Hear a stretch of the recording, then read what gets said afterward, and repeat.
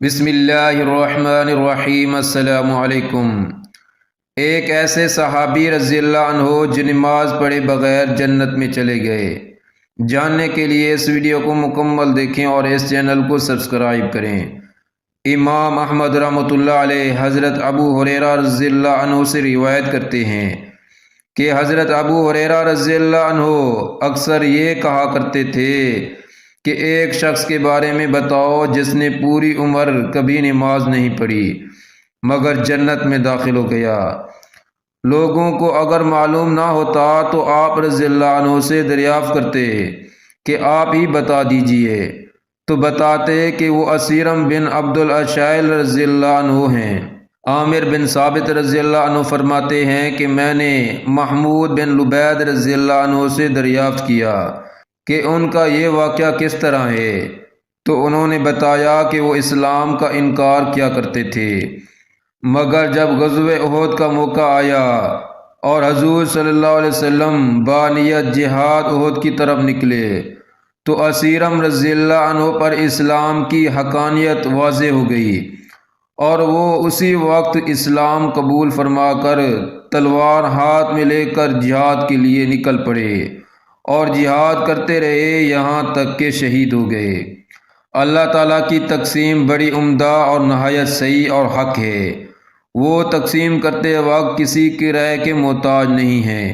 دیکھیے حضرت اسیرم بن عبد الاشائل رضی اللہ عنہ ابھی ایمان لائے اور فوراً جہاد کے لیے نکل گئے اور شہید ہو گئے۔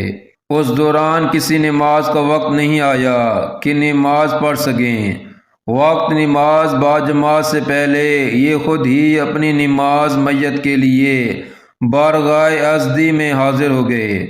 انہوں نے تو نماز نہیں پڑھی لیکن حضور صلی اللہ علیہ وسلم اور صحابہ رضوان اللہ علیہ اجمعین نے ان کی نماز جنازہ پڑھی۔ کیا خوش نصیب کہ بغیر کچھ کیے اور کرائے جنت کے مستحق ہو گئے۔ یہ ان کی اپنی قسمت ہے کہ جان کا نذرانہ پیش کیا اور شہید اسلام بن گئے۔ اللہ تعالیٰ سے ہمیشہ نیک اور آسان راستہ طلب کرنا چاہیے کہ اے اللہ ہم کو آسان اور سہل راستوں اور نیکیوں کے ذریعے جنت عطا فرما۔ امتحان کے ہم لائق نہیں، صرف آپ کی نظر کرم اور رحمت خاص کے محتاج ہیں۔ عبادات اور ریاضات بھی کبھی کبھی اللہ تعالیٰ کی بارگاہ میں قبول نہیں ہوتی۔ ایسے حالات میں جو لوگ اپنی نیکیوں اور تقوی پر بھروسہ اور تکیہ کرتے ہیں وہ خسارے میں رہ جاتے ہیں۔ ہمیشہ اللہ کی رحمت اور اس کا کرم طلب کرتے رہو کہ اس کے بغیر نجات ناممکن ہے۔ دوسروں کے عیب ڈھونڈنے والا جہنمی ہے۔ بنی اسرائیل میں ایک عورت کا شوہر بہر گیا ہوا تھا۔ اب اس عورت کا تعلق ایک دوسرے مرد سے ہو گیا اور بدکاری ہوتی رہی۔ یہ عورت گندا کپڑا باہر پھینک دیا کرتی تھی تو اس کی پڑوسن اس کپڑے کو اٹھا کر اپنے گھڑے میں ڈال دیا کرتی تھی۔ اس زمانے میں سفر بھی بڑے طویل ہوا کرتے تھے۔ ایک سال، دو سال لوگ سفر میں رہ جاتے تھے اور آج کل تو سالوں کا سفر گھنٹوں میں ہوا کرتا ہے۔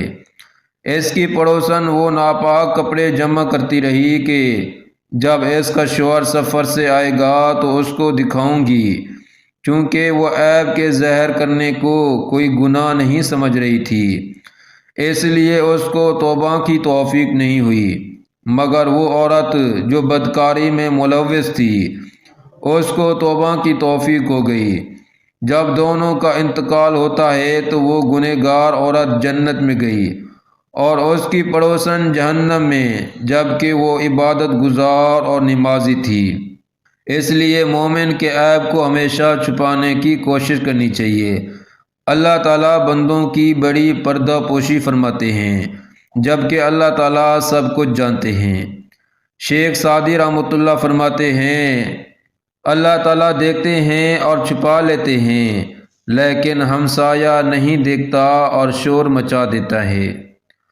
گناہوں کو ظاہر کرنا بھی بڑا گناہ ہے۔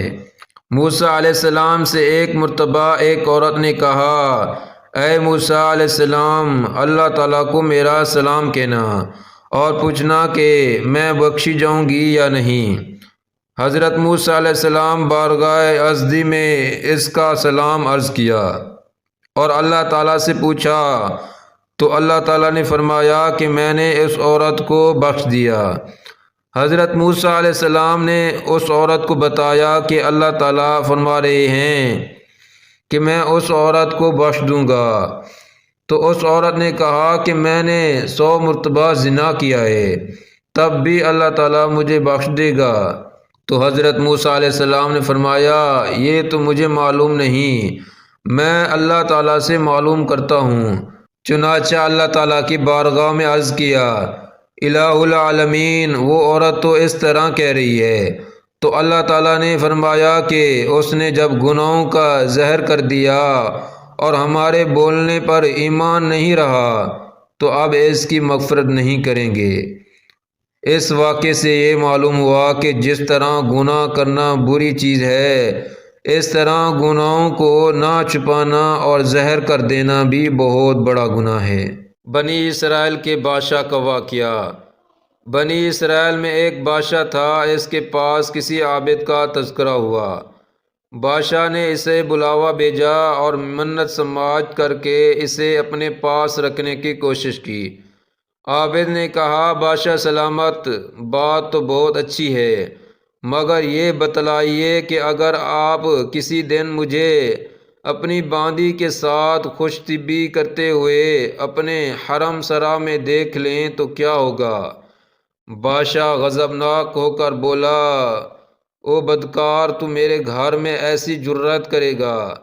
عابد کہنے لگا کہ میرا رب کتنا کریم ہے کہ دن میں 70 گنا بھی دیکھے تو مجھ پر غضبناک نہیں ہوتا، اور نہ ہی اپنے دروازے سے دھکیلتا ہے، اور نہ ہی مجھے اپنے رزق سے محروم کرتا ہے، تو میں اس کا دروازہ کیسے چھوڑ دوں اور ایسے شخص کے دروازے پر آ پڑوں جو نافرمانی کرنے سے پہلے ہی غضبناک ہو رہا ہے؟ اگر جرم کرتے ہوئے دیکھ لے تو نامعلوم کیا کرے؟